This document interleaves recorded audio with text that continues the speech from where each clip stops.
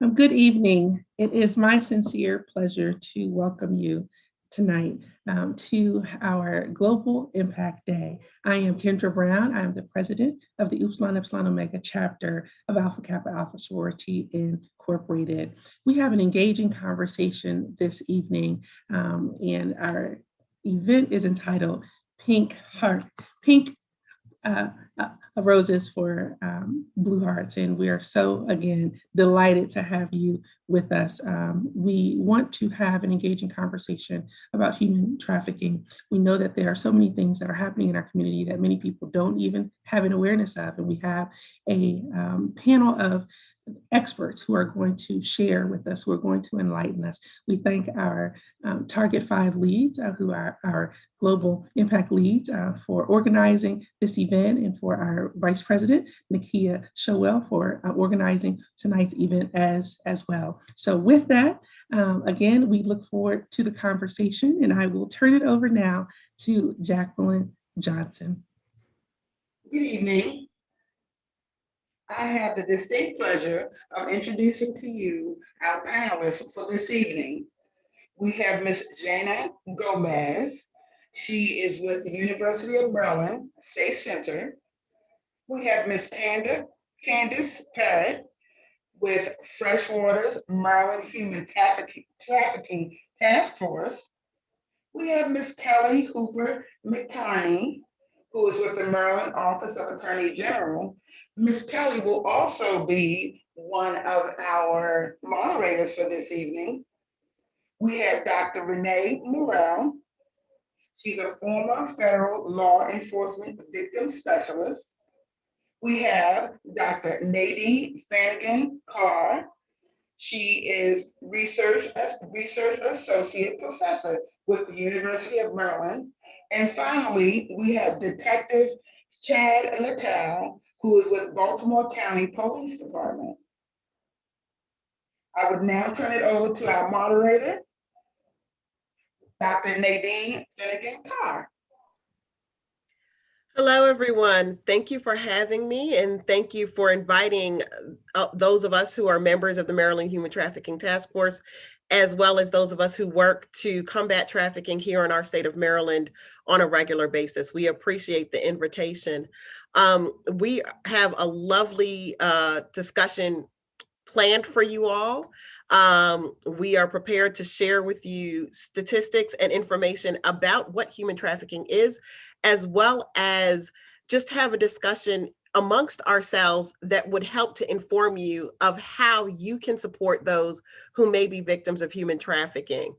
So without further ado, I'm actually going to start out just by giving you an array of what it looks like here in our state. In our state of Maryland, we have been working assiduously together as the Maryland Human Trafficking Task Force members, especially on the public awareness, the law enforcement, and the victim services subcommittees, to identify ways that we can, despite coming from different agencies, work together to support victims. And so, as mentioned, we have Ms. Parrott, and she's going to go first to describe the nature of human trafficking. Thank you, Nadine. Good evening, everybody. I'd like to second that. We thank you for truly being invested enough to listen to our conversation. This is something that's very passionate to all of us that are on this call today. As Dr. Nadine said, we do work on the Maryland Human Trafficking Task Force to combat this. So we say, we're going to talk a little bit about what is trafficking. You're going to hear from the panel about what happens when the victims are arrested, what happens when they're prosecuted, and also what happens when they're rescued. So our hope is that this evening, we will leave you with a thirst to want to know more, and also to get involved to find out what human trafficking is and how you can help. So the first thing I'd like to say is, what is sex trafficking? We can talk about the people in other countries. We can talk about people that, happens outside of the US, but what we deal with is exactly that. What is happening not only nationally here, but what's happening right in Maryland. So again, sex trafficking is using force, fraud, or coercion to recruit, harbor, transport, provide, obtain, patronize, or solicit a person for a commercial sex act.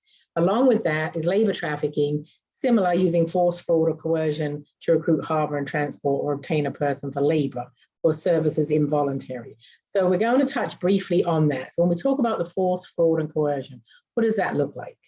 So the force is physical abuse, sexual abuse, isolation, confinement. When somebody is trafficked, they're very often isolated from their family. It's usually against their will. There is sexual abuse, physical abuse.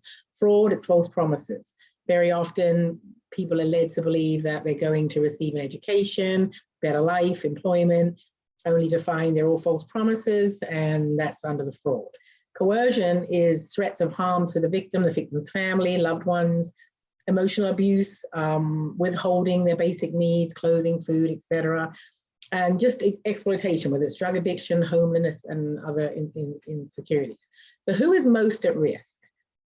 Again, we want you to focus on what is going on in your backyard. So take out that whole thought of it's happening overseas, it's the foreign nationals, et cetera, et cetera. And just think about the people that come to us that had no idea their child was being trafficked. And they talk about, oh, I was a good mother, I was a good parent, how did I not know? That's what we want you to realize, that trafficking happens to everybody and anybody that the trafficker can get their hands on. Who do they target? They target the vulnerable. So if you've got that child that's in foster care or has never been told how beautiful she is or how beautiful he is, then those are the ones they're going to go after. They're the ones that they're going to promise things, offer things to, just to keep them where they want them. And then before they know it, they're in so deep that they can't get out.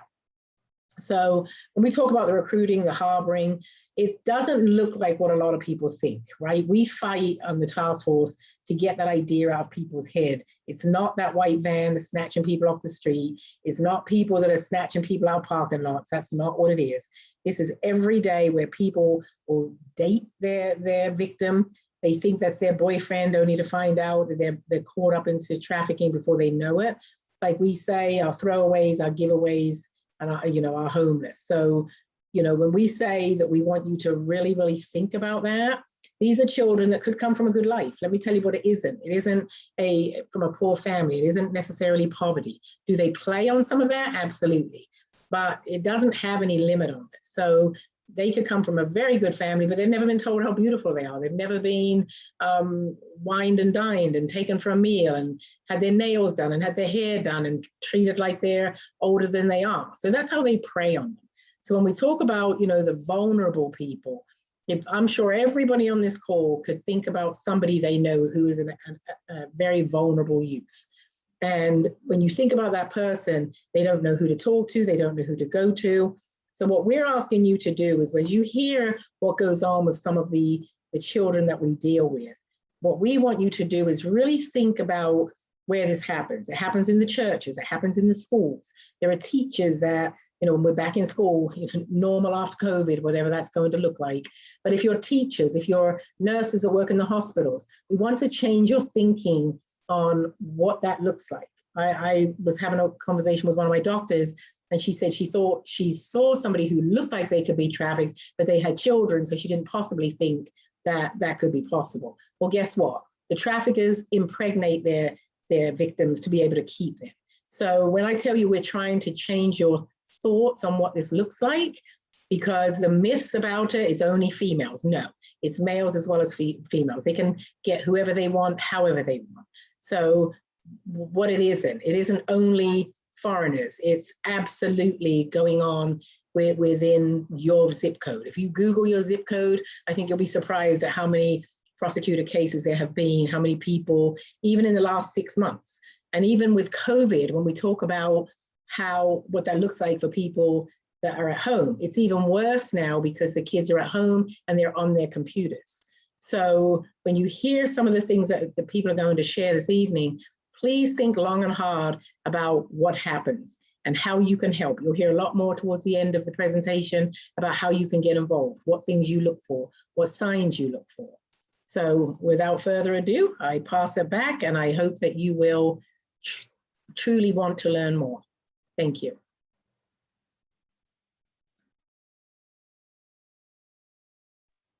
Thank you again, Candace. So you all are probably, Candace mentioned that you could Google your zip code and find out more information about what types of trafficking have been found where you are. Geographically, you're probably saying, why Maryland? Why are they talking about the fact that Maryland is a hotspot for human trafficking? And literally, when I say hotspot, that's what I am saying. It's a hotspot for human trafficking. And it's because Maryland has a central location that has facilitated its development as both what we call a pass-through state and a destination for human traffickers. Many of our highways, Interstate 95, for example, are used to connect victims along the East Coast from cities as far as New York, through Baltimore, through Philadelphia, Washington, D.C., all the way down to Florida. Specifically, I-95 runs through some of our state's most populated communities, and that provides traffickers an easily accessible thoroughfare for moving back and forth. These highways, besides them passing through our state, they provide numerous rest stops, truck stops, bus stations, all of these things, which have proven to be a primary location for traffickers to exploit their victims. In addition, we have 3 major bus terminals in the Baltimore, Washington metropolitan area, airports like the Thurgood Marshall Baltimore Washington International Airport, and all of those serve as important entry points for traffickers and victims into and out of Maryland. However, you do not have to be moved out of the state to be trafficked.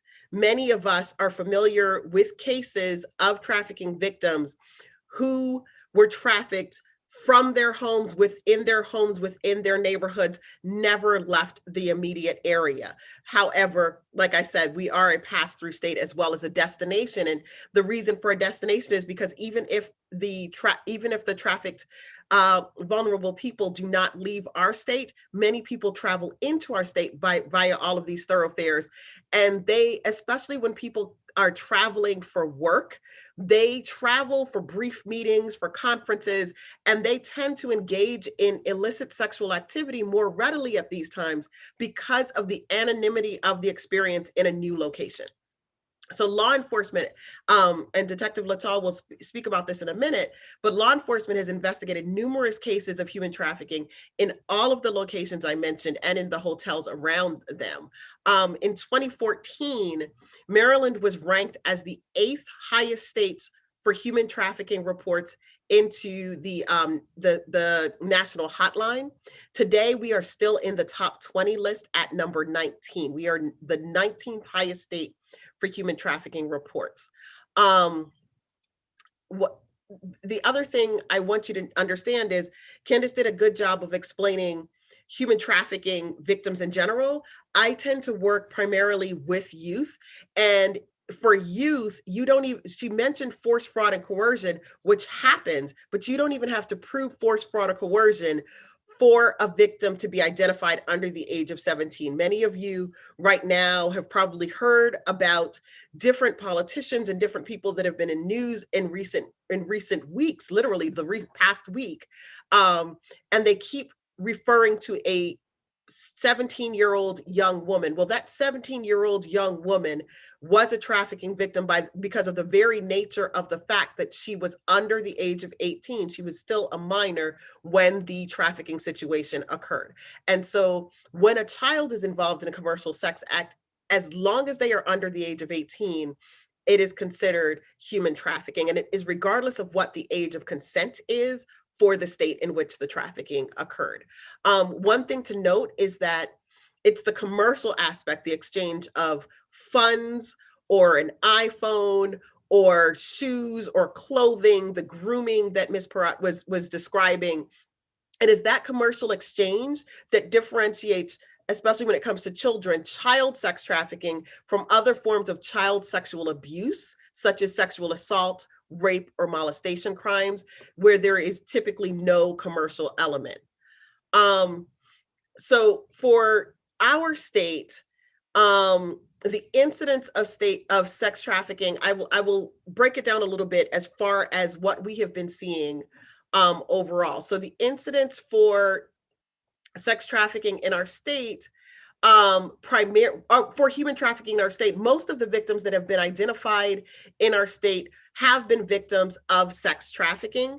But we have had victims that are labor trafficking and of both sex and labor trafficking. The majority of identified victims are adults. The top 5 jurisdictions right now, not necessarily for all human trafficking, but specifically in terms of identified victims that have been brought into the state's child welfare system once they were identified.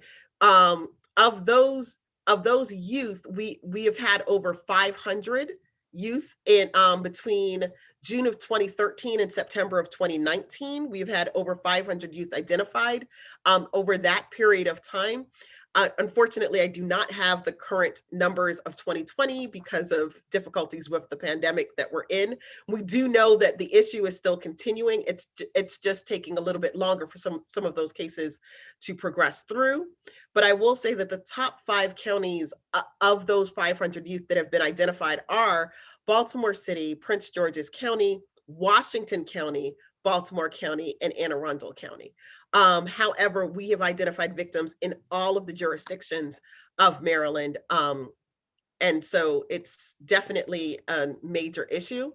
You may have heard some interesting terms about how young or how old victims are when they are identified as trafficking. There's a lot of misinformation out there that I'm not even going to name it because I don't want those numbers to stick in your head. But the numbers that I am going to give you are related to the victims that we have identified here in the state of Maryland. So specifically now going from June 2013 to April 2020, we have had 671 reports of suspected child sex trafficking, of which, as I mentioned, about 500 were identified victims because some were called more than once. Of those reports, law enforcement, thank you, Detective Lata and your colleagues, law enforcement was the largest referral source, and they've identified over 30% of the cases of child sex trafficking in our state. The National Child Welfare Data provides an age range, and Maryland's reports mimic that age range. Most of the victims involved in Maryland's reports were aged 14 to 17. So most of our identified victims have been between those age groups when they were identified as victims, and these victims predominantly resided in Maryland.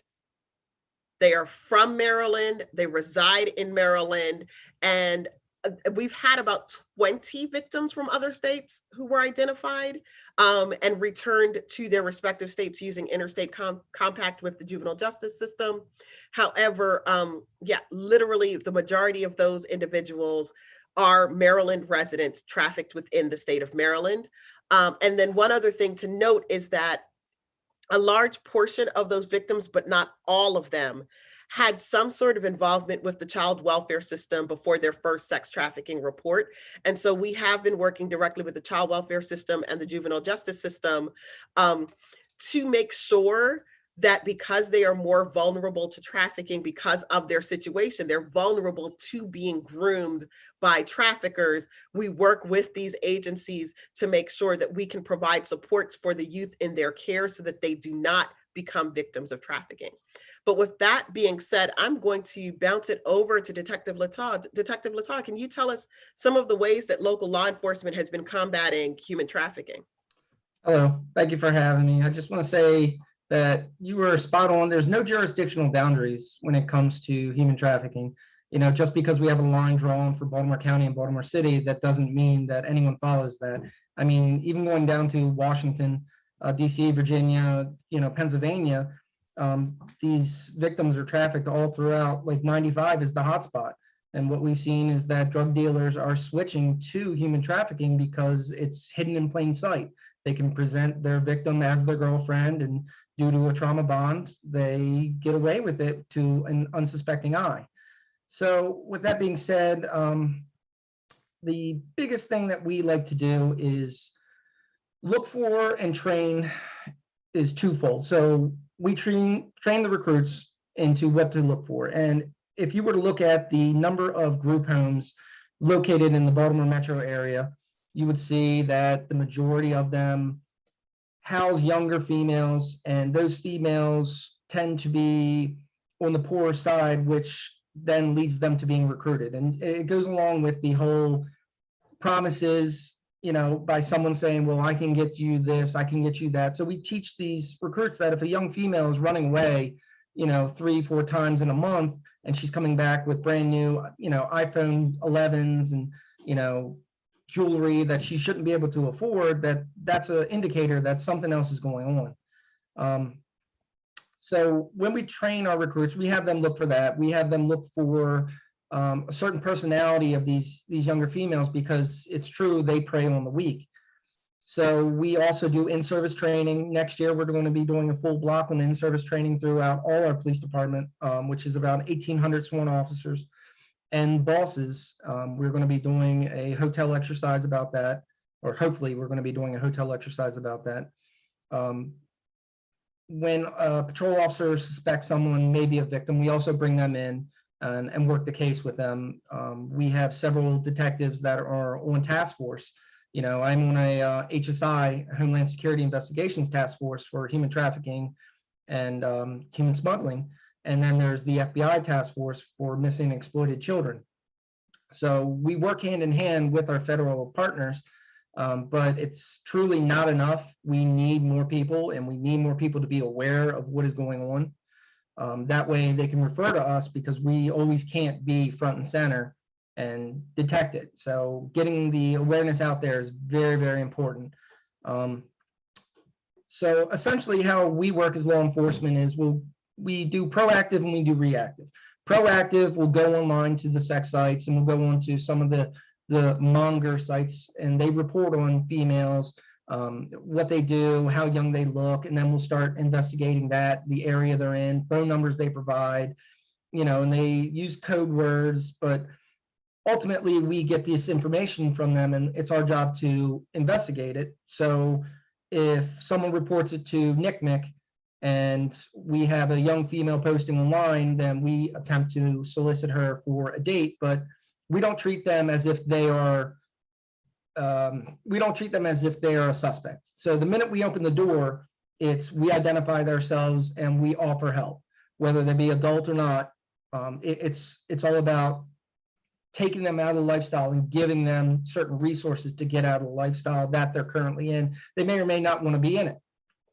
So what we end up doing is if we recover a juvenile or an adult and they want help, we immediately call one of our advocates. And the reason why we do that is because this day and age, not a lot of people trust the police. They don't believe what we have to say.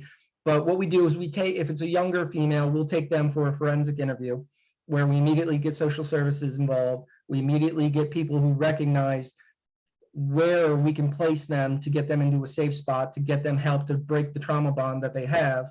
But calling an advocate who is there for that juvenile is one of the most important phone calls that we make, because we could talk all day to this juvenile, but all they see is the cops, because their trafficker has ingrained in them that they're just going to arrest you. They're just going to arrest you. They don't care about you. I'm the only one that cares about you, but we have to break through. So when we bring an advocate in, the advocate speaks on their level. They're not law enforcement. They're not a police, but they're associated with us, and they form a bond with them, which we don't really want to interrupt, but we're grateful for, because that advocate advocates for us and advocates for what's in the best interest of that juvenile.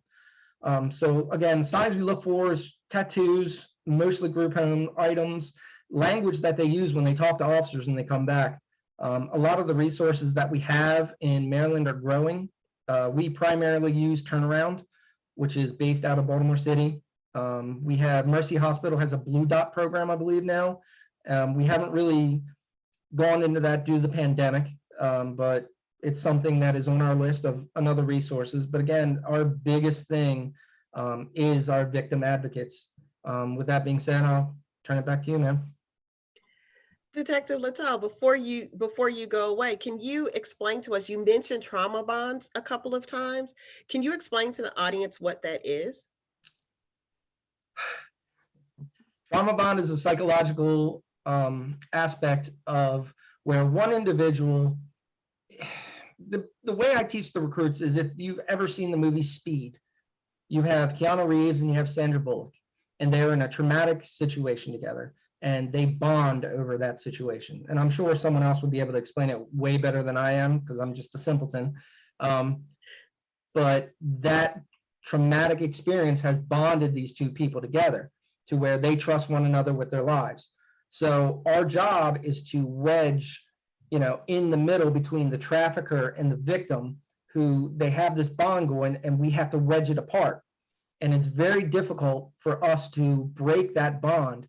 And again, that's why we bring advocates in, because they break that bond very well. It can take anywhere from a week to 6 months to 2 years. But what we like to do is, once we have formed that special relationship with them and we are able to get them the assistance they need, we don't stop talking to them. We continue to talk to them and follow up with them and visit them and just say, how are you doing? And making sure that they know that we're not just there for prosecution purposes, we're there to rescue them. Thank you so much. Thank you very much. All right, so we're going to go over now to Dr. Morell, and Dr. Morell is going to talk to us a little bit more about the services that are available to victims once they are recovered and what happens to them after they are recovered. Dr. Morell? Thank you. It is my pleasure to join you today. I spent a lot of years as the victim specialist or the advocate for the FBI, so it was my job to go out on operations once CHAD and law enforcement identifies a victim, particularly if they are underage. It is a great idea to get the victim advocate in as soon as possible. So often I would meet at the hotel if that's where they are located, the victim, or maybe they took them for a forensic interview. So it would be at wherever the forensic interview is being held. But my role is so different, and I really want to explain why this is so.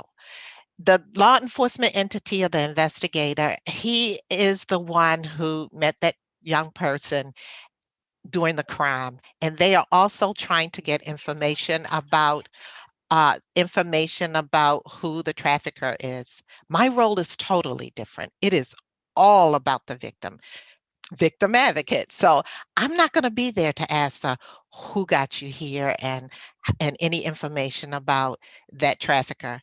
My job is solely concerned about that victim. So that could be the first time in so long that somebody just wants to find out, how can I help you?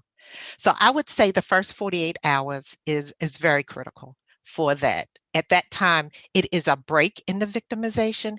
If we look at that recovery period as a time when we actually, that break in all of that stuff that was going on. So we have a very small period of time to make a difference and to try to say something or do something or just be there for that person and offer them some services and some alternatives to the life. So engagement has to be intentional and it has to be intense. So what I'm going to do when I get there, and people always ask me, so what do you say to a young victim who was just recovered by the FBI or just recovered by law enforcement? And I'm going to say, when I leave home after I get that call at 2:00 in the morning, I just pray. I really do. That's something that I will say would make a difference, because it is a different person every time who has different experiences. So it's never any one cookie cutter thing that you can say, but you can be genuine, because they can really, really pick up on someone who's not. So when I get there, I want to bring them something to eat. I probably want to bring them some clothes, because maybe they've been working in some very scandalous outfits and it's cold. And so I'm going to bring them something to wear. And then I'm going to ask them a little bit about, what do you need? Are you hurt? Do we need to get to a hospital? Because that's important. And we're going to advocate that they may go to a hospital to get just basic stuff that they didn't get addressed when they were out there in this victimization. So we're going to see if they will agree to that. And this is a good opportunity for us to kind of begin to normalize that and heal that process. Their struggles are going to be that perhaps they're scared. and they're angry. So very seldom have we found a victim who comes in and says, I am a victim, thank you for helping me, and I needed your help. Most of the times they don't recognize that they are even victims. This was maybe a romantic involvement. So as far as they are, this was her boyfriend and she's kind of trying to protect him or her. And so we have to work a little harder to just try to get that young person something to eat. And then we're going to push for them to get some sleep. And maybe we have to really address the second things, or what's going on in your life, or how you got there the next day. So most of the time when I come out, I'm going to be advocating for that child to have emergency placement. That means that at 2 o'clock in the morning, I can't figure out why you were out there in this hotel and I can't get anything done. So I'm just going to advocate that Child Protective Services would take this child for the night and we would just find a safe place for them to sleep. So that is part of my goal, and to explain that to them, because nobody wants to go somewhere and not know what's going on. So explain to that, just get some sleep for the night and we're going to try to figure it out. And that I will be here. Because what we do know about child welfare is that they will get a child welfare person who comes out that night. It'll be another one the next day, perhaps their social worker if they had one. And then all of these different people are coming into their lives. So what I want to be, or that victim advocate can be, is that one constant person. So you want to be there to explain the process. You want to be able to say, I was out here tonight, I'm going to be there tomorrow night. And you want to make sure that anything that you tell that victim that you can deliver. So you want to be honest and truthful, because the one thing they can't take is someone to come up and tell them something that you can't deliver. So I don't know much about the child welfare system, but I do know about me. And I know that I will be there for that child, and I will try to get as many people involved as I can. So another part of the goal is to wrap around services, is to bring in turnaround, bring in some of the mentoring services, bring and work with the social welfare system, as many people as we can find that will really be able to provide a support system for that young person, because their perception of who we are and what we do, and the fact that so many people may have let them down before, is a big thing.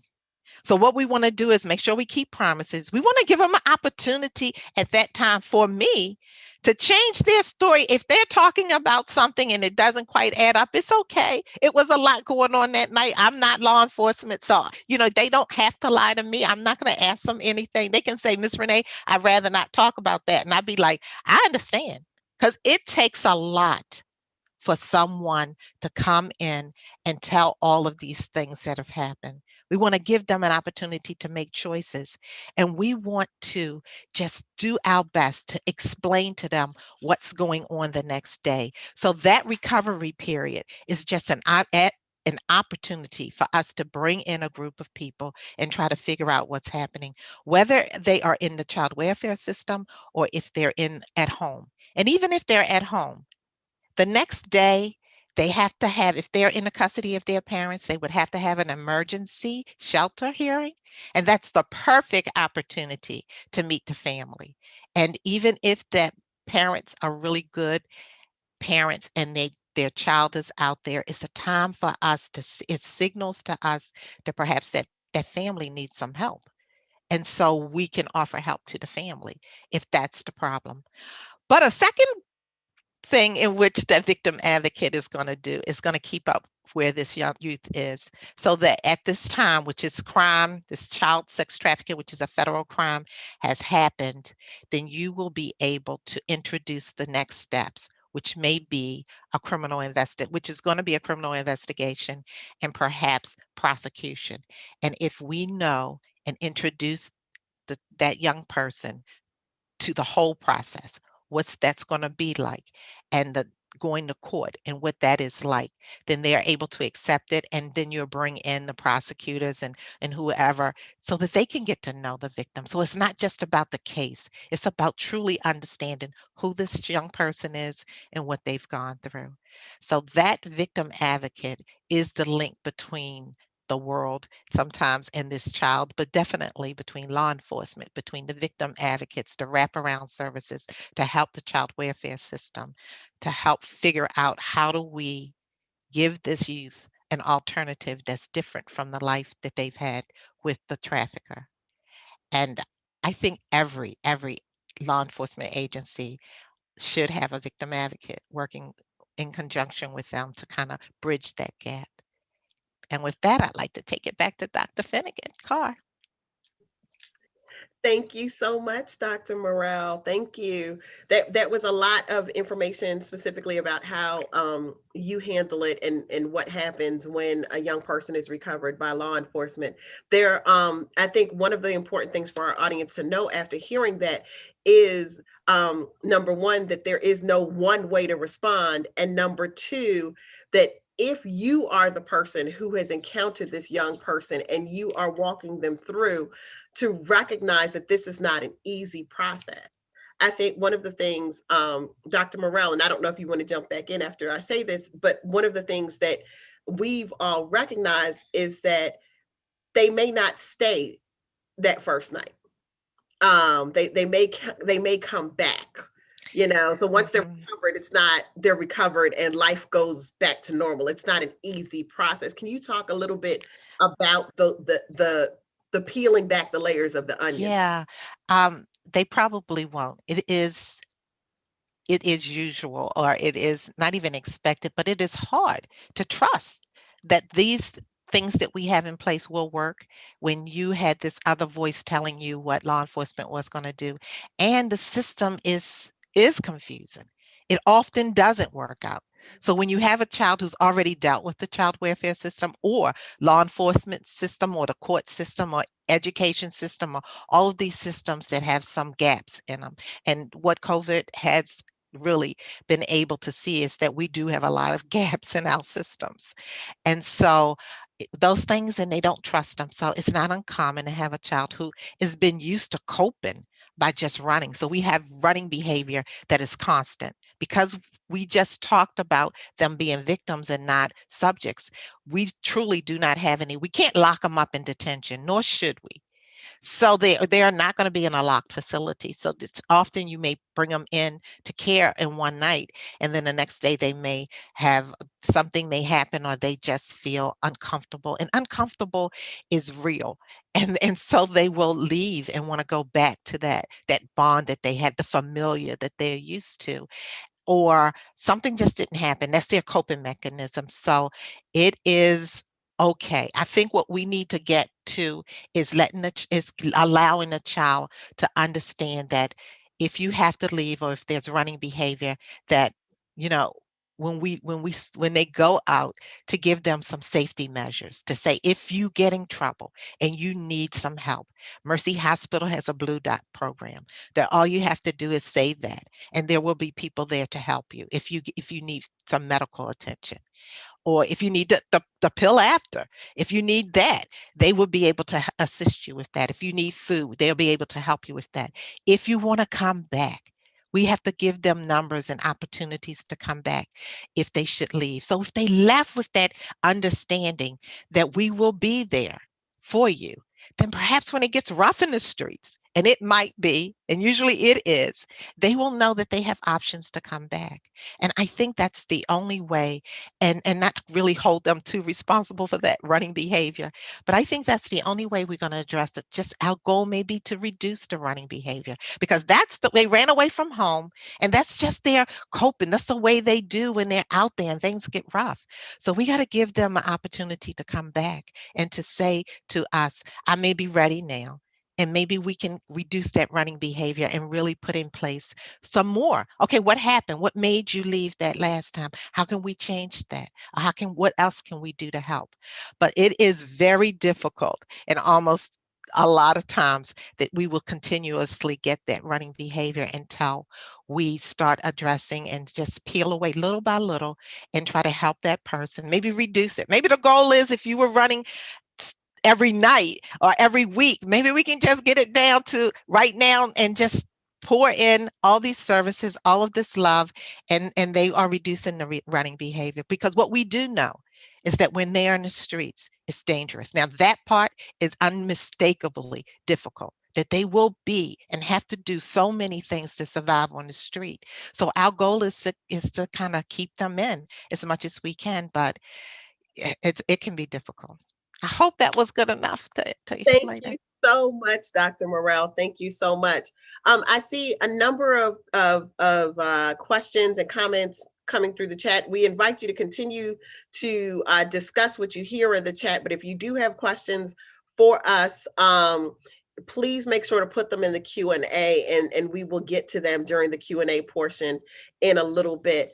I did want to make sure to point that out to you. I'm going to turn it over right now to Ms. Gomez, who is at the Safe Center.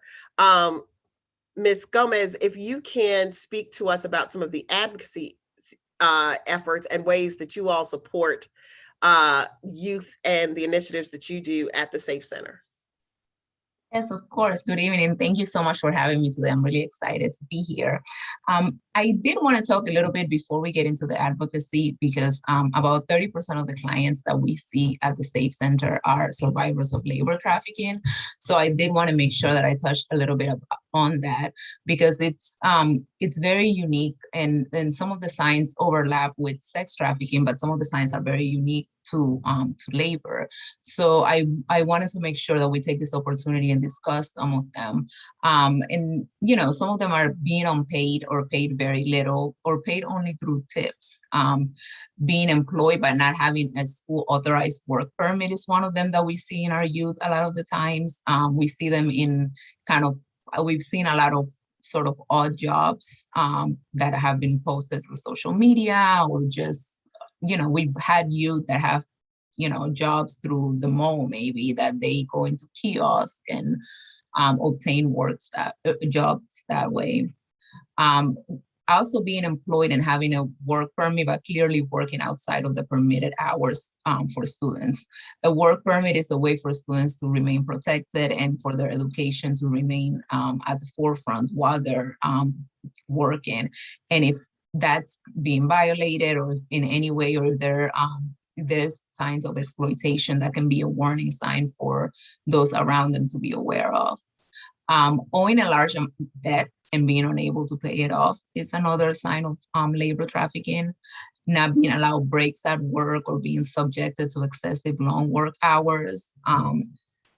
Being overly concerned with pleasing an employer, or deferring to personal or educational decisions to a boss. That's a little bit of what the detective was mentioning earlier, of that trauma bond, where the relationship between an employee and a boss overlaps and it overextends that usual relationship that we see. Then that may be a warning sign that there is more going on in that story.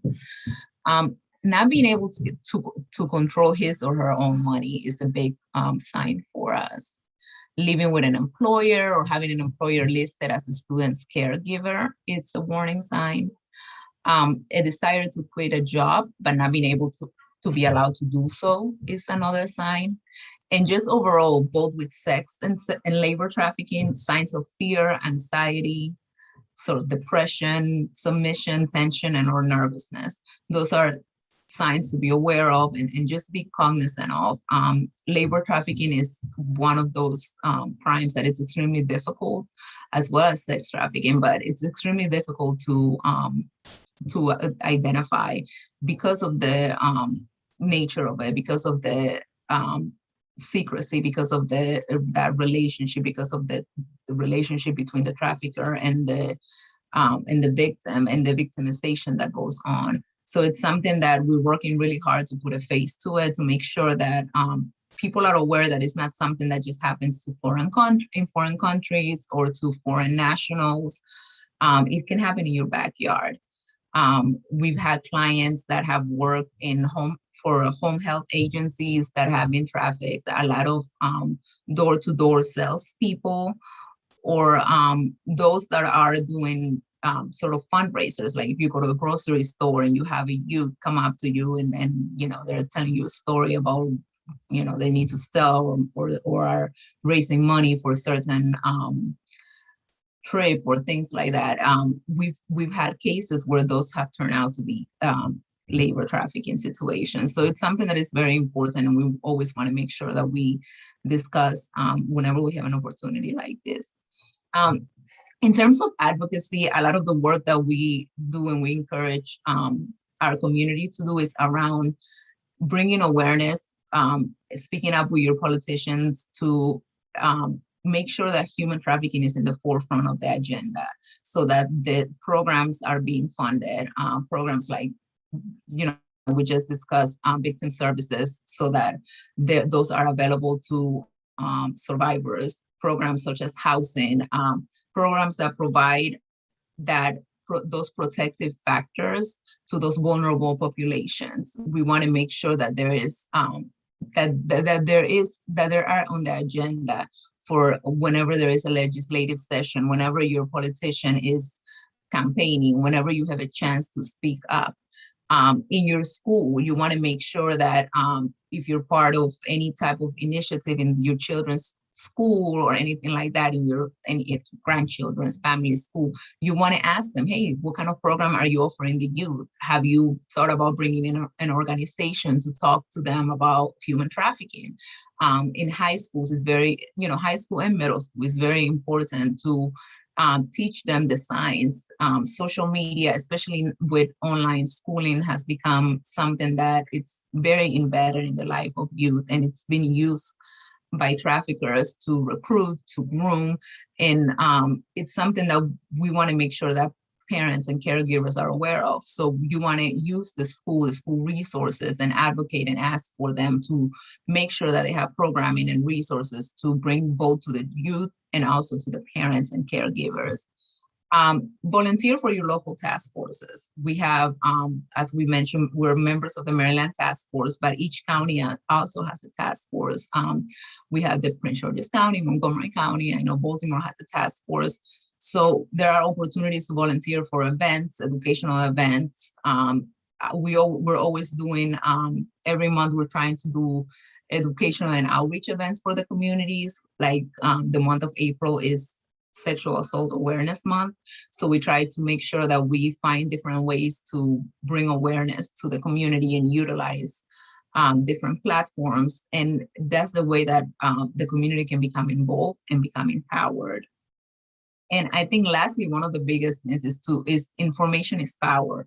So by coming to events like this, by having this, empowering yourself with information, getting to know victim service providers, hearing information from law enforcement, then you're becoming aware so that you know what signs to look for, so that you know when you're looking at your neighbor, when you're looking at your friend, or in your own situation, you're able to recognize some warning signs, so that if something does not feel right, you know who to reach out to in order to gain some more information and just figure out and see if that's something that needs to be looked more into.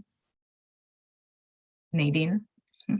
Thank you, Ms. Gomez. Ms. Gomez, you mentioned when you were talking about labor trafficking, one of the things that I know many of us have seen that you mentioned, and I don't think people recognize that before, is those traveling sales crews, or those youth that are with those alleged fundraisers that turn out to not be fundraisers.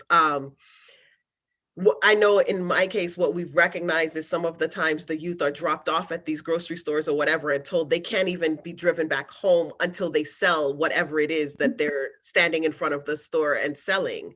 So can you tell us a little bit more about how can we make sure that whether it's a real charity or whether it's like a kid that's in danger? So you can, as any bystander, you can ask them for the basic information, like, oh, what is the name of the charity? What are you guys? And I will forewarn you that they're very well coached, so that these traffickers are very well versed. These are people that are prepared, they're narcissistic, they are aware, and they prepare their victims with stories. But you can ask basic information like, what is the name of the charity? Is it a nonprofit, a 501c3? And ask for that type of information. Also asking if it's outside of the store, ask the manager, hey, you have some people sending out there selling. What is the, what is that for? Is it for a local fundraiser? What's happening? So just asking those types of questions and making sure sometimes you can just have a simple conversation with the youth, like, oh, what time is your break? And what school do you go to? And from that you can sense when something is off, and it's fairly easy to then, either if you feel comfortable asking, police officer to just check, hey, I have a strange feeling about this. I just wanted to let you know, can you check on this? Or, and a lot of people are afraid to just speak that and then trouble the police officer or just raise an alarm. But I think you have to weigh the option. Imagine, that child may be in danger. You do not know what circumstances you may be helping them get out of. So that's the alternative to just maybe bothering and asking a police officer to maybe take 10, 15 minutes and just check in on that for a little bit. So when you weigh those two options, I think that it always wins to just take a few minutes and ask a few more questions. Thank you so much, Ms. Gomez. Ms. Peratt, I wanted to circle back to you because there's something that now that almost everyone has spoken, there are some words that people in the audience might have expected to hear by this point, since most of us are talking about trafficking, and we've talked about sex trafficking and labor trafficking. And there are a number of words that people may be familiar with from television, movies, and common language. And none of that either of us have said. And I know both of us feel very strongly about some of the terms that people are used to hearing, and why we don't use them. Absolutely. So one of the things that I was trying to be mindful of in the beginning, we could all talk on our topic for a whole hour. So I was trying to be mindful of that because I know we're getting to that. Renee is going to cover some of the verbiage, because as we know that child prostitution and some of those words, that pimps and all of that, are the things that she was going to speak on. So I think we should circle back. But two things I'd like to say. Anybody that's on this call that's listening in that feels like anything we say is a trigger or brings you back to something, please do not get off this call without either reaching out to one of us at the very end. We'll stay on for a few minutes, or reach out to the hotline that's on there, because very often we've done presentations and people say, I didn't even realize, especially with familial trafficking, and we didn't get into all of that, but with the familial trafficking, that's where a guardian or a parent or a family member has trafficked you, i.e. to pay the rent. So you sleep with the landlord to pay the rent for the month. That's familial trafficking. And we have had people say after the fact, I didn't even realize that I was trafficked. So as I said, we could speak a whole hour on this, but it's just one of the things. And then just to touch back on the labor trafficking, we just did a presentation to a group in New England. And that was very huge on the agricultural side. So a lot of the times the labor trafficking is seen on that side as well as the landscaping side. Very often they are asked to work for little to no wages, and that's a huge area that we see the labor trafficking in. So Renee, did you want to touch on the wording, because that's I did. I wanted to say that often we hear people say things like child prostitution, and I think unintentionally it is used often to describe youth that are under the age of 18 or minors who are involved in some forced prostitution. And so I don't like that word. We don't use it that much in there. And why don't we use it? Because it typically blames the child rather than recognizing that child as the victim. It insinuates that the child is a bad child, or that they make poor choices. What teenager do you know, or what child do you know that doesn't make some poor choices from time to time? I mean, that's just the nature of youth. It infers that punishment is needed, or that the child is a juvenile delinquent. That happens a lot. Most of the time you will hear people say when they're talking about youth who even are running away or have running away behavior, that as if that is the child, they say, oh, she's a runner. Well, that's just the behavior. And so we say mostly that they have a running behavior. They tend to not be able to get their needs met. And isn't that what running is when a child is running away from home, it's because their needs weren't met at home. And so they're running into the streets. And so they exhibit that running behavior. Or if they're at an institution, like one of the institutions that we usually use, maybe they're not getting their needs met at that institution. So, or they getting drawn to this trafficker. And sometimes they believe that they are. Because honestly, when they're out there in the street and it's a lot of stuff, it's not all bad. I think if it was all bad, it would be able to draw them out. But the craftiness and the manipulation of the trafficker is to not make it. So every now and then he'll throw them something that they will enjoy, buy them something, or get them the new hair, get their hair done and their nails done, and all of those things. So that confusion of sometimes being good and sometimes, and then, you know, having to take a beating because you didn't make the money or do something like that, it can be very, very, very difficult for young people. So the word that we use is child sex trafficking victim. And what that does usually is it tends to recognize that the child cannot developmentally, socially, or legally make a choice in commercial sex. They can't get a car. They can't get a driver's license. I mean, they can't get a driver's license. They can't get a house. They can't get credit cards. Why? Because they're under the age. So they can't really participate in a commercial act. And the commercial act is the trade of sex for something of value. So they can't legitimately do that. It defines what happens to them rather than labeling them. And it identifies the victim as a child in need of support and services. So when we say child sex trafficking victim, it really changes the tone. And that is so important, that we see these young people as youth who need help instead of a youth who is trying to be a prostitute, or that they are getting something for it. Because often they're not. They're not even getting the thing that they thought they were going to get as value. So we need to change that representation of them. We need to call this what it is. I mean, this actually is child abuse. That's what it is. It's child abuse. It's rape. It's all those things. So we need to call it what it is.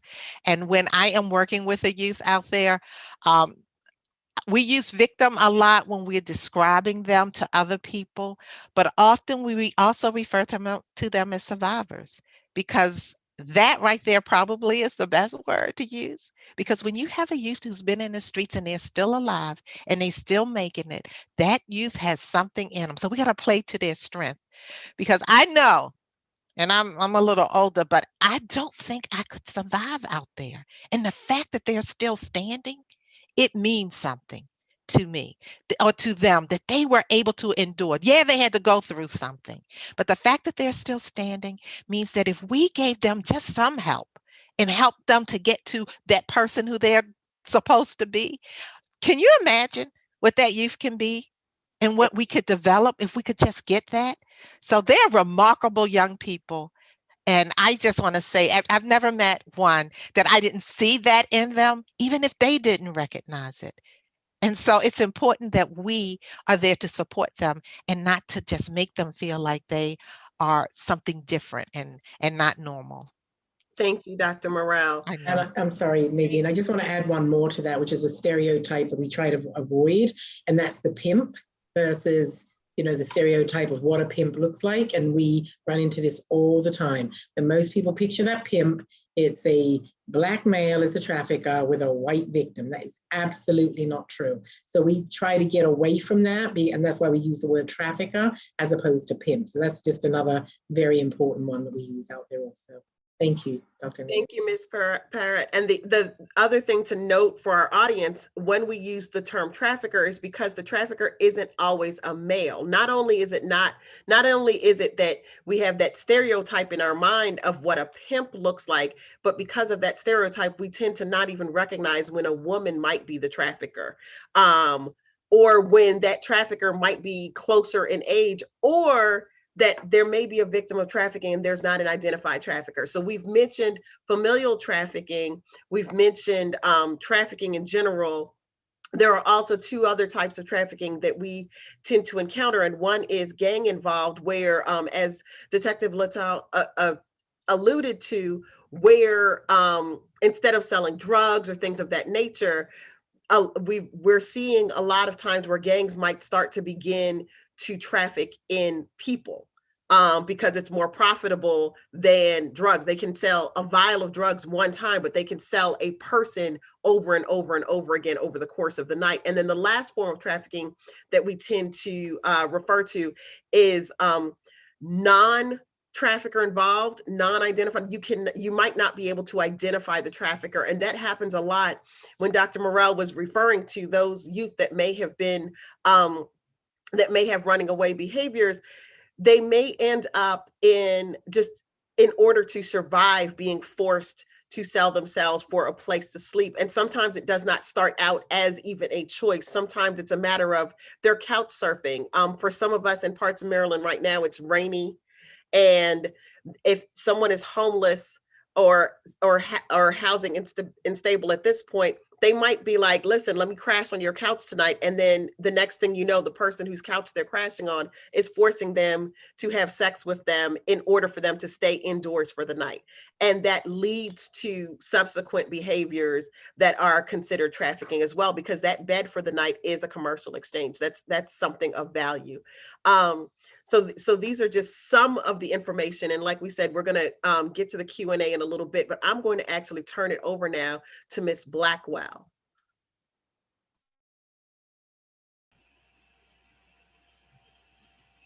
Good evening. Good evening. Thank you so much so far for that wealth of information. We are at this time going to do an audience word cloud. And what's going to happen, there should be a slide that is coming up soon.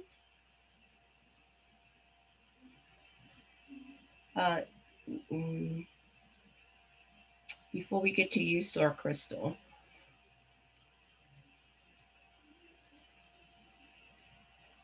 Sorry, Amy. So what we're going to do is our audience word cloud. You've heard a wealth of information. So we're going to ask you to, at this time, thank you. Go to, on your smartphone, go to www.menti.com. And there is very shortly going to be a code that you will see. I'll give you time to pull that up.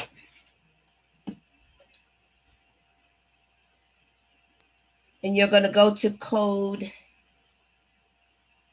811-05685. And when you enter that code, you'll then hit submit. Sora Crystal. So what we're going to do as Sora Crystal is loading, what you're going to do is there's a question. You're going to read that question and answer that question. We're asking each person in our audience, when you read the question, to enter up to 3 responses, and we're going to create a word cloud.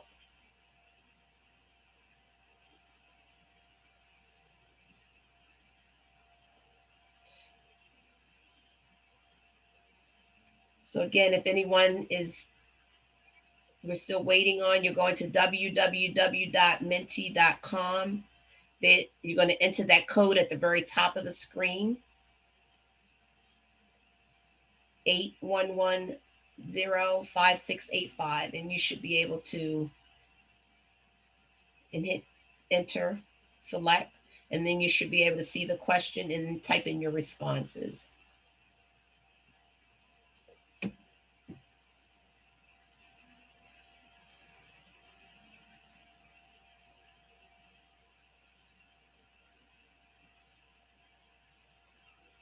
And we should start to see the responses fill in.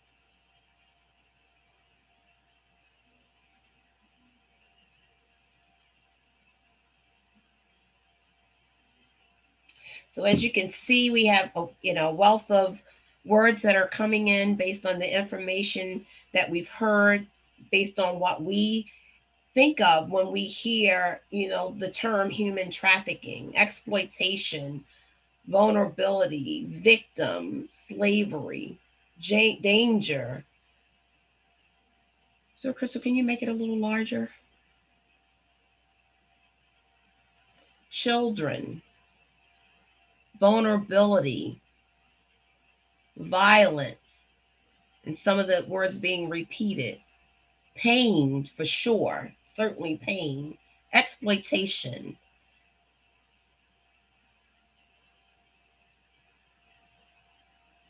Keep them coming. Great words. Fear, absolutely. Helpless. Can you imagine what it just must feel like to feel so helpless? And thank God there are these services that are out there that can be offered. Control.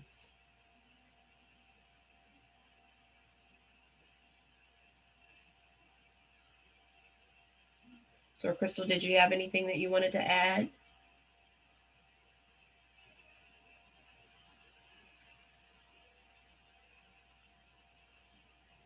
No, you're doing a great job, Miss Blackwell. You're doing a very good job. Words mean things. And so, the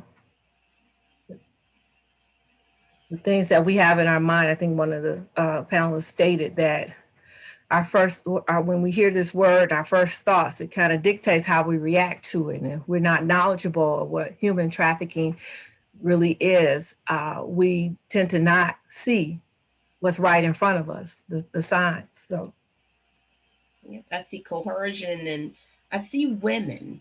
I know there was a question that hopefully one of our panelists will get to. I don't see men or boys. I'm sure they're in there though, but that's interesting. International, absolutely happening everywhere, not just here. So we thank you. Thank you for those words, feeling trapped. We thank you for that engagement. And so at this time, I'm going to turn it over to our Assistant Attorney General, Kelly A. Hooper McCamey. Thank you. Thank you once again for engaging us on this activity. And thank you so much for letting us speak to everyone here tonight. This has been a great discussion. Before we jump into the question and answer portion, and I do see your questions listed, I just want to give a little bit of information about what I do as a prosecutor in the particular area of law. I'm sorry, Ms. Blackwell? Ms. McCamey, I'm so sorry. I did want to remind everyone to please continue to put your questions in the question and answer in the Q&A so that we can certainly have that dialogue continue in this question and answer period. Thank you so much. Thank you for allowing me to interrupt. Oh, sure. Thank you. And thank you for the questions. We'll get to those as well, so please keep them coming. What I wanted to say and address was the prosecution. First, let me say there will be no prosecution without all the people on this panel, without all the different advocates and partners that we have to have just to get these cases to a judge or a jury. These cases can take a lot of time to prosecute. It's a lot of hard work and dedication and effort to get these cases to a judge for someone to be charged and then found guilty of these heinous crimes. What I would like to say is that, and I can answer any of your questions, human trafficking does happen here in Maryland, and it is happening in our backyards, in our neighborhoods, and it's going on, both the sex trafficking and labor trafficking.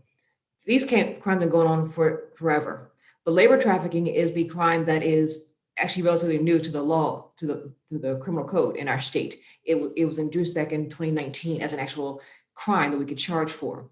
And it does happen all around us. I can give examples where I've met with people who, neighbors who didn't realize that a domestic working a few houses down was actually a victim of labor trafficking. And it was only brought to attention of law enforcement because someone spoke up.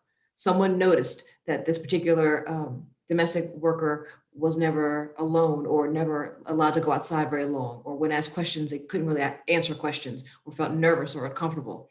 So a lot of these cases really result in people paying attention, people looking around and actually saying something when they are asking questions when they're concerned. Now, tonight's program is not to ask everyone to be a vigilante or to act like police officers and go around and stopping crime themselves, which I love the idea. That's just not safe. But this program, we're hoping, is to bring about awareness and education and recognize that this is not just something that happens across the nation's borders or in movies, but it is happening all around us and we can do something about it. That's something to do is just to be aware of your surroundings, aware of what's going on. You've heard what the other panelists talk about, the kids in front of the stores selling goods. It just, something's nagging you. It just doesn't seem right. They can't answer questions to what they're selling these products for. Or if you see, like I said, a domestic worker who seems nervous or can't leave the house or you never see them going outside on their own, having free time by themselves. It also goes in with trafficking, sex trafficking. Unfortunately, it still happens with the big businesses and they still bring in workers for parties, other events. There's still children being trafficked for sex work as well. So this is unfortunately going on around us. That's why tonight is so very important. There are agencies I see, and I'll jump a little bit ahead. There are agencies for training. If you do want to get involved, Candace and I and other members here on the program, we are on the Public Awareness Committee for the Maryland Human Trafficking Task Force. And we do actually give trainings to organizations, businesses, church groups, you name it, we'll come talk to you. Because our big belief is educating the public. Because when we educate people, like tonight, that is when the word gets out and that's when people are given assistance in our communities. That's why tonight is so very, very important. As far as the prosecution goes, our case, just to answer some questions, just to let you all know, like I said, our cases do take a long time, but these defendants, once they are charged, the law lets us ask for up to 25 years in jail for each act. So that does give us significant time to put someone away when we can actually get a conviction, which we work very hard to do. If I can jump into the questions, I did see a question for the detective talking about our training. If you want to go into what training is available to public health and social service agencies, and then to the community at large.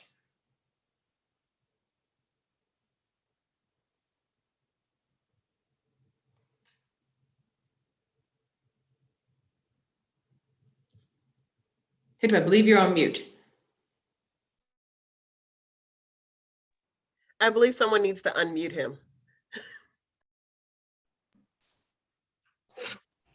Kelly, while he is unmuting, we have with the task force, we do offer trainings to medical staff and other people as well. So whether it's teachers, medical, whatever, we do have trainings with the task force, just so you know. Great. Is he able to unmute? If not, detective, if you want to type your answer in the box, you can, and I can read it to the group. I'm sorry, I was having technical There you issues. go. Can you repeat the question for me one more time? Sure. The question is about, can you discuss the training that's provided to public health and social service agencies? I can't honestly speak on that. That is something that I wish we had more of. As far as law enforcement goes, we're kind of stubborn and we like to train ourselves, which really isn't the best. If we had more opportunities, I mean, we offer opportunities to have people go out and be trained, but we really don't host a lot. And I think that's something that really needs to be changed, but I really couldn't answer upon social service agencies. I can Sure. jump in. Right, go ahead. I was going to say, I know other people on the panel here do train those different entities, so go ahead, please. So I can definitely jump in with that. So at the University of Maryland, we have two major initiatives that are funded by the Children's Bureau, which is a federal agency, and by the Department of Justice Office of Victims of Crime. And both of those have funded us to develop trainings for all of the child welfare workers in the state of Maryland, as well as all of the staff of the juvenile justice facilities. And so currently for all child welfare workers in the state of Maryland, we spent 4 years training every worker in the state of Maryland on a training that was developed in conjunction with the Maryland Human Trafficking Task Force, actually, and the governor's office. So we've developed that training and rolled it out. And then at the end of rolling it out to every child welfare worker in the state, what we followed up with is that is now a part of the permanent onboarding. So any new child welfare worker in human services agencies here in the state of Maryland is in the first 2 years, they have to do, certain trainings, and a full day in service on human trafficking is provided as one of those trainings. And in that they go deeper than just awareness. They go into details of the laws, the policies, the procedures, how to refer cases, how to work with law enforcement. And then also along with that, we have worked with the state police and the local police training arm to provide some of those trainings that Detective Little was saying. So we've provided the information, the content, and some of the standardization that law enforcement is using to do trainings. And then currently we are working with law enforcement to roll out a series of specialized training. So there's one currently being developed for labor trafficking because the law is so new, so that training can be provided to all of our officers in the state. And just for to that. add to that, Kelly, Yes. Steve Hess does a very intense training for law enforcement, and Jessica Dickerson, they just rolled out one today for mental health providers. They do the 101, 201, and 301. So that came out today. So again, if people want to go to the task force website, they can send an email and get information from that also.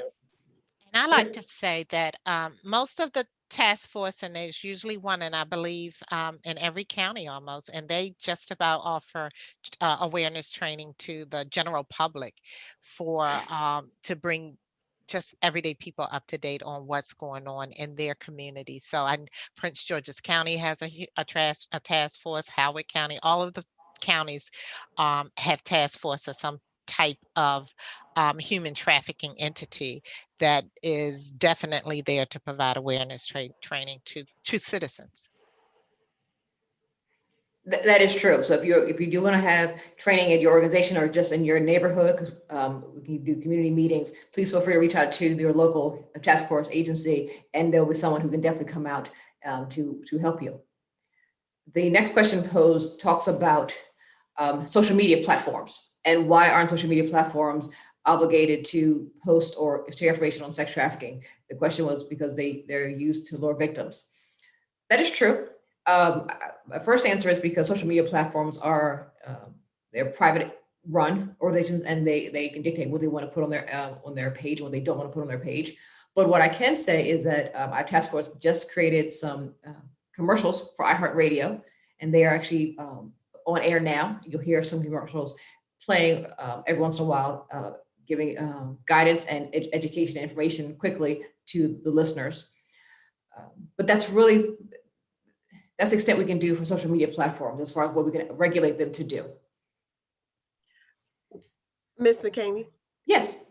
I will say that because I think a number of people are watching this through Facebook, we do have the Prevention of Adolescent Risks Initiative. We do have a Facebook page, and we post information and community awareness for human trafficking on there as well.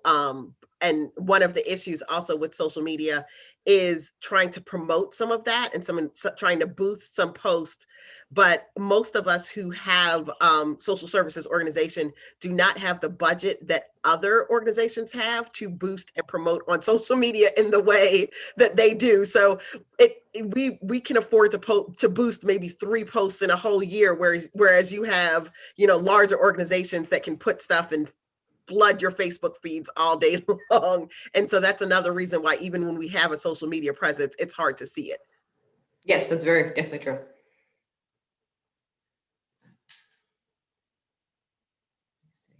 I saw another question about signs. If someone works with children or adolescents, what are some warning signs that they should be looking for regarding trafficking, sex or labor trafficking? And I think that's a great question. And so I'm going to pose that to the group.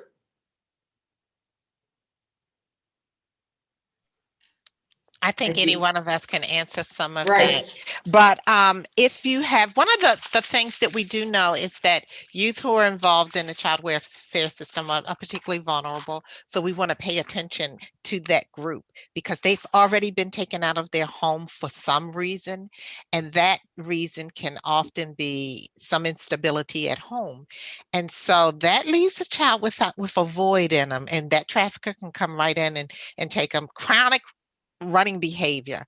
If a child is leaving home a lot, let's say 3 or more times, and that's considered chronic, they usually have maybe running towards something, nothing by itself, but just it's just some risk factors that we wanted to pay attention to. Sometimes lack of engagement in school. So if a child is absent from school a lot, that may be an issue. If they come home with stuff, and I often say this to parents, if a child is 15 and 16, doesn't have a job, and they coming home with new clothes and all kinds of expensive stuff that you didn't buy, or no one in the family bought, then it may be worth asking questions and to get into it about what's going on with this. How were you able to get that? You know, those things. Sometimes I've seen this happen a lot where young people are having really good friendships with a lot older people. So they may be having, this 15-year-old is hanging out with someone 25, 35 years old, and that's just a little concerning. So you want to maybe ask some questions about that. They disconnected from family or friends. You know, that may be a problem, and they just seem to be withdrawn or really happy in the beginning because that grooming period is really good, but then they start to get to another point. So their mood swings are different. So they're changing behavior, but you know, it's very hard because teenagers have changes in behavior too. So it's not, like I said, it's not just one thing that may be there. They have a cell phone or on this app, and you see some very sexually explicit things. Are they dressing a little seductively? You're going to want to ask about that. Tattoos or something that they may have. And if they have keys, like to hotel rooms, those little card keys that they change out, and they have that may be a clue that something's happening. They go out, and a lot of times though, children maybe even be trafficking during the day and coming home every night, or being trafficked from their own home, which is particularly difficult to detect unless you have someone who is looking and asking questions about that. It can be very hard to tell. Anything else that I left out that y'all could think of? Just to piggyback off of the cell phone, Renee, how often they have two cell phones. So sometimes they have that cell phone that the trafficker has given them just for that reason. And then the other thing that I would add to that is when we've got educators and people that are in the schools, especially when we get back to normal, a lot of the misconceptions are that when the kids are in school, how could they possibly be trafficked if they're falling asleep at the desk? And we didn't really speak on this, but the whole recruiting aspect of how they are in school to recruit other kids. Because like we say, what's in school, right? Other children. So when they have, you know, a quota that they have to meet for that trafficker, that's how they get the other kids, whether it's the gang members, whether it's the school. They're showing up for school, but not to learn. They're showing up to school to recruit. So the other thing that in terms of that I'll piggyback on your piggyback in terms of the school piece is we've even had cases where the young person is dropped off at school and they may go to homeroom, maybe first period, and then they dip out and they're back for last period. So as a parent, you're like, well, my child is going to school every day. And then all of a sudden, you know, and they you know, traffickers and children are smart. They find ways so that you don't get that phone call about truancy or that they've missed whichever classes. And then all of a sudden, you know, you find out that your child, yes, you've been taking them to school or picking them up or they've been attending, but they haven't been attending because they are actually being trafficked during the school day. So they may have had that encounter with the trafficker, who's a fellow student, and then, or recruiter who might not, you know, who might be also being trafficked, who's a fellow student, and then end up being trafficked during the school day. So there's some youth who are actually safer because we're home. A lot of them are home during COVID, and then there's some that are more at risk, but just because of a different way of being recruited. Yeah. Something I did want to mention as well with the cell phones is that the youth, you often have to check in every so often with the traffickers, so they have to check in maybe every 24 hours or so that's something to keep an ear out for. Also, if the youth mentions traveling across like state lines, like if you know of a youth that's like, oh, this weekend I went to Miami with like friends, or I went over here, and they're often talking about traveling out of state with someone other than family, and you work around them, that's something to keep an eye out for. Also, what we've been noticing is that they don't carry cash anymore. It's prepaid Visa cards. and they look like credit cards that are in the purse, but don't discount social media and multiple accounts that they may have. So just because your child may have it, one that is all prim and proper of like, hey, I'm very nice and loving the world, they may have a second one, and that account's going to have them down in the city posing and scantily clad clothing, and it's not going to be friendly. So I mean, you need to be aware of your child's footprint online, basically in all apps, not just Instagram. I mean, it's on Tumblr, everything. Yeah. Thank you for that. Another question pertains to the age of victims. The question was being posed about Baltimore City, but I would actually broaden that a little bit more to speak on the age of sex trafficking victims. I know in my experience, I have seen victims as young as middle school, where they were being recruited in the school. I have had kids from that age up until college and adulthood.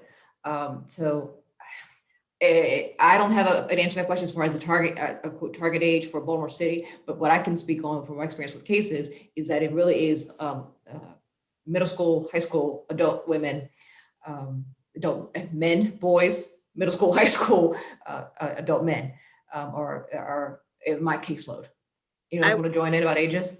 I would say that in all of the cases, because I'm looking across, right, throughout the state, over a period, 87% of our suspected victims were between 14 to 17 years old when identified, not necessarily when they started trafficking. And so that's something to keep in mind, is that by the time they were identified, they were between the ages of 14 to 17 years old. That 14-year-old might have started at 12. That 16-year-old may have started at 15. So that's literally when we identify them. And because we are so, well, not necessarily us, but because as a community, as a society, we're so bad at identifying, there are many youth that describe situations that were trafficking situations that happened at younger ages. I will say that one of the youngest victims that I've ever encountered was 9. Was 9 years. My youngest victim was 10, and that was in elementary school. And her teacher, I think we did a training for social workers in Baltimore City. And then the teacher just came to tell me, called me up and asked, did she thought she had a trafficking victim? And it turns out she was. But she had had some previous history of sexual abuse when she was about 7 or 8. And they didn't make the connection and didn't keep her engaged in the counseling. I mean, she didn't get the necessary counseling. So she had some previous history of some sexual abuse that happened, not by the family, but someone in the neighborhood. And it went unnoticed, or the parents didn't know about it until later. But it really set this child up without anyone to talk to about it or anything, that this child became really vulnerable to just confused about that relationship, that someone that in the neighborhood that she liked and trusted would abuse her. And then it became very skewed in her mind as to what love is and what people, the distrust. So that was one of the things that I found with a very young victim in elementary school.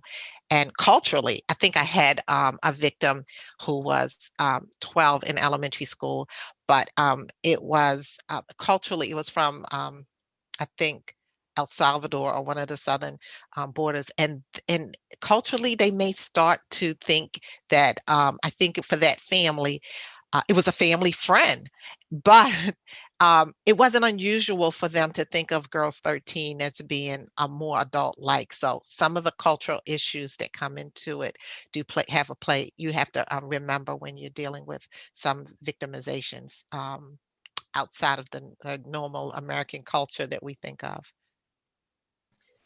Parents, if you have children, if your guardians, parents, teachers, all we say is if you have a child that comes to you, it takes a lot of courage for them to come to you. Please believe them. Please do not discount. Please do not tell that child you don't know what you're talking about. You do so much damage when you dismiss that child's cry for help. So please, if you have somebody come to you, listen, investigate, and take the time. Absolutely true. Absolutely correct. Thank you. Another question. Are there any organizations that accept donations for victims going through the transition process? I do know there are. I believe one is Saving Me From Me. But Candace, let me pitch the question to you first about programs and services that accept donations for victims. Yes, Araminta is a huge one. They are in Baltimore. They have a traffic race right now that's scheduled to happen, I think, next month. So people can get involved that way. Saving Me From Me collects toiletries and accepts donations for the survivors. I think Turnaround does, but there's several, and we are now updating our website. So you'll see some of the newer resources there that you can certainly donate to, whether it's your time or money or gifts or whatever. There's a need. Thank you. Whoever asked that, thank you. And there's another wonderful question, I think. I'm getting a few questions about how do people get involved in this? How does one become an advocate? How does someone join the local task force? What can they do to get involved? Which is a wonderful question. And I'll pose it to our panelists here. Please give information and website addresses to our listeners so they can get involved and educate themselves in their communities, which is what we need to do. In the Prince George's County Task Force, you're able to become a volunteer as part of the public. So you're able to reach out there. We have events, outreach, educational events that you're able to participate in. And as Candace mentioned, there are also organizations there that can accept donations of whether it's your time or any type of necessities. So that's one way to get involved as well. I also mentioned just a lot of advocacy for resources for organizations and victims, because a lot of those basic needs like housing is a huge one in this area that needs a lot of advocacy for subsidized housing, subsidized resources. So if you're able to just send those letters, call your local representatives, just make sure that your voices are heard so that they know that this is at the forefront of their constituents' concerns, that they know that you are worried about it, that is something that you want on their agenda, then that's something that they will listen to. So always make sure that you're speaking up, that you're contacting them, and you're letting them know, hey, what are your thoughts on human trafficking? Are you talking about this in the next session? What are you proposing? And make sure you hold them accountable. I would say similarly for Baltimore City. And so Baltimore City's task force is actually called the Baltimore City Human Trafficking Collaborative.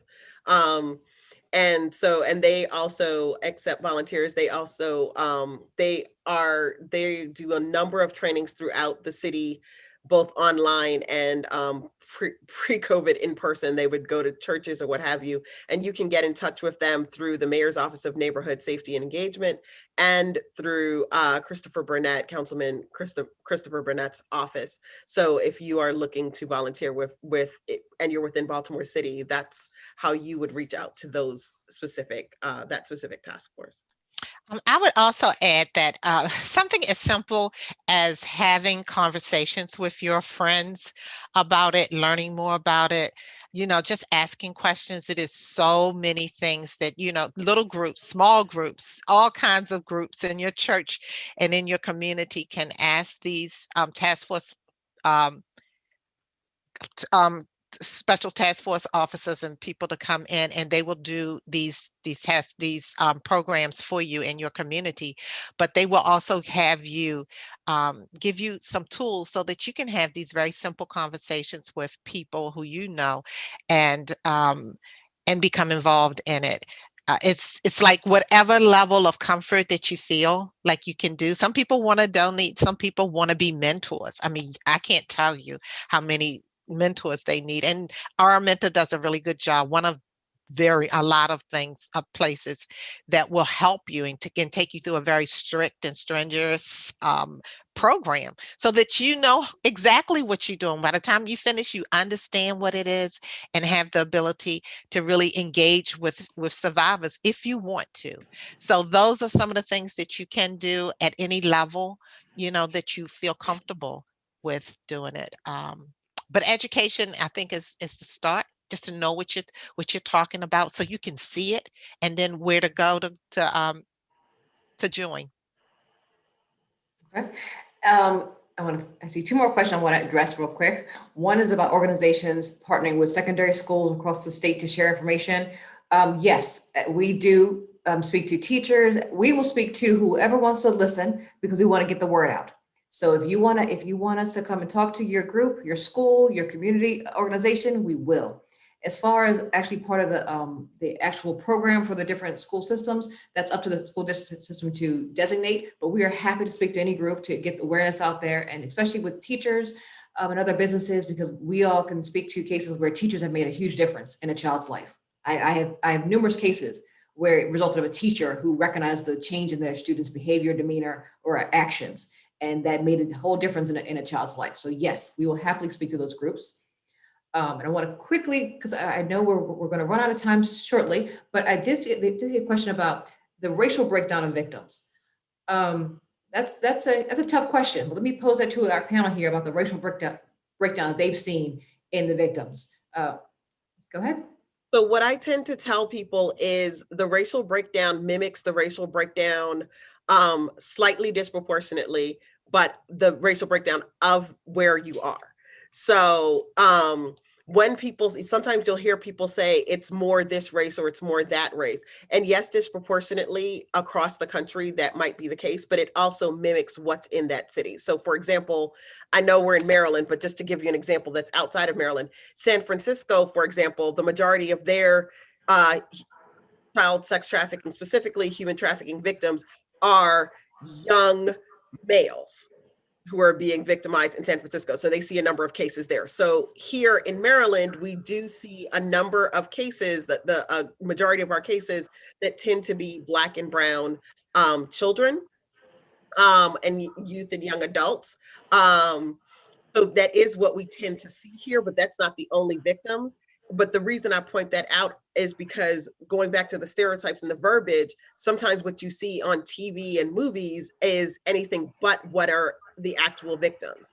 And so when we say we miss the vulnerable, we have some resources and we refer to it as hidden in plain sight, literally, because you're looking for you're looking for that person to be kidnapped out of Target while you're pretending, and there's a TikTok craze that's annoying me right now with people are saying, oh my God, I was almost human trafficked outside of Target. And I'm like, no, there might've been a creepy person.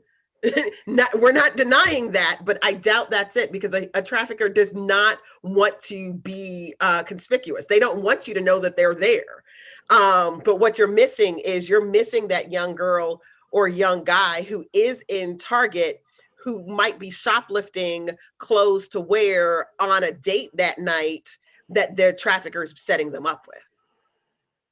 So there's no specific, but there are things that you can look for. So, and all of us on all of the websites that we've posted have different information about what victims look like in our respective areas, but there's no typical victim. Thank you for that. I believe we do have to wrap up soon. Are there any final comments from any of the panelists here? I would like to say thank you all for listening and pay attention. It's a very important topic, and we love sharing this information with the community to get awareness out, to let everyone know that that this is something they can help us with, help us combat this problem in our state and in our country.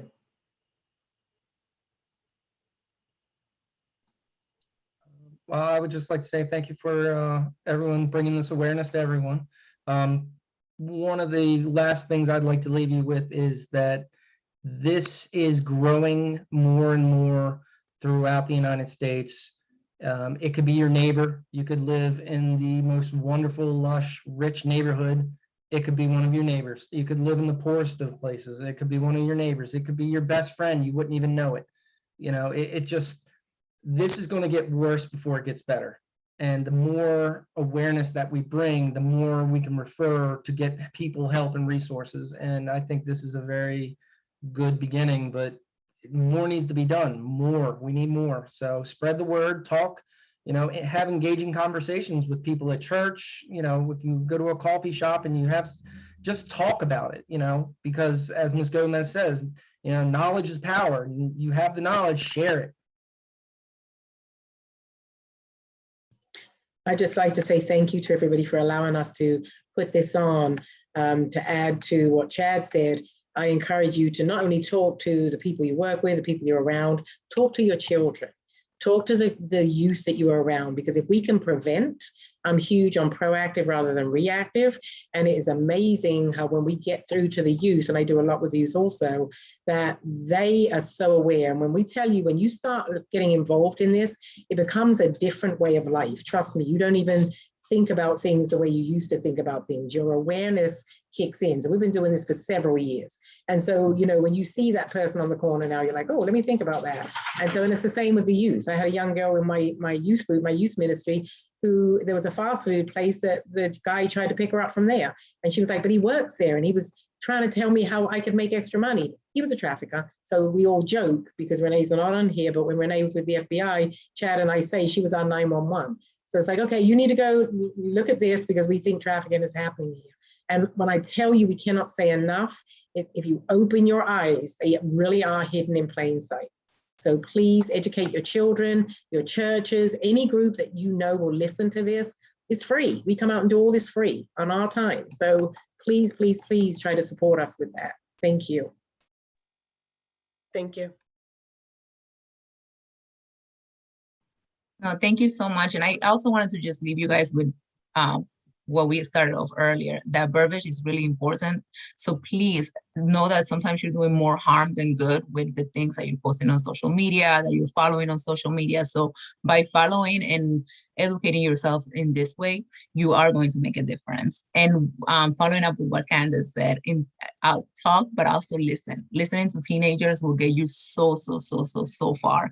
So just be mindful and listen to what they have to say, and you will catch a lot. Thank you so much. Yeah, and my last words are, when you are listening, or if you know that a child has already been victimized by something else, get them help. Get them help. A lot of the youth that we encounter that have been victims of any sort of trafficking, sex or labor, or the intersection of both, they've been already vulnerable because they've been victimized in some way. And even though they may have gotten out of that one situation, they weren't dealing with the hurt from that situation. The example that was given of the 10-year-old who had been sexually abused at 7 years old, that happens so much. Because what happens is that we get them away from an abuser, but we don't get them actual therapy or help or whatever it is that they need. And we need to normalize that. We need to normalize getting people help when they are hurt, not just get them away, but get them the help, because that helping them to rebuild their self-esteem would go so much further in reducing their vulnerability to traffickers. So thank you for having us. Well, thank you so much to our audience and to our panelists. I'm Nakia Showell, the Vice President and Program Chairman for the Upsilon Epsilon chapter of Alpha Kappa Alpha Sorority Incorporated. We can't thank you enough for joining us in this very important conversation as we celebrate Global Impact Day. We raised awareness about a serious issue that is prevalent here locally, but also more widespread. And importantly, talk about some of the concrete steps that we can take to combat this serious issue. Special thanks to our panelists, our moderator, Dr. Finnegan Carr, thank you so much. Ms. Gomez, Ms. Parat, Attorney McCamey, Dr. Morell, and Detective Littell. We can't thank you enough for providing such incredible expertise, perspective, and invaluable insight regarding this issue. As a pediatrician, everything that has been said tonight regarding identification and being proactive about identifying some of those signs that are apparent in youth, and enlisting, importantly, like Dr. Finnegan Carr, really trying to link youth and parents in the necessary services once you've identified some of those concerning signs.